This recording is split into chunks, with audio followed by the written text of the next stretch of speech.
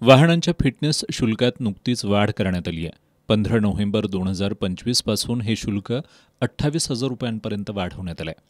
या शुल्कवाढीला शिवसेना महाराष्ट्र वाहतूक सेनेनं विरोध केला आहे.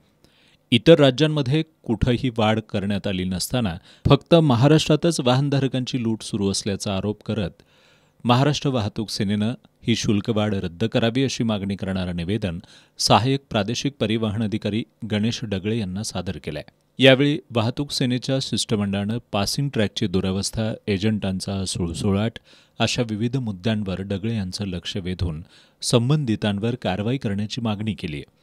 यावेळी सहसंपर्क प्रमुख असलम सय्यद, जिल्हाध्यक्ष दिनेश परमार, संदीप पाटील, दत्ता फराकटे, अरुण पाटील, सुभाष आडावकर यांच्यासह महाराष्ट्र वाहतूक सेनेचे पदाधिकारी आणि कार्यकर्ते उपस्थित होते.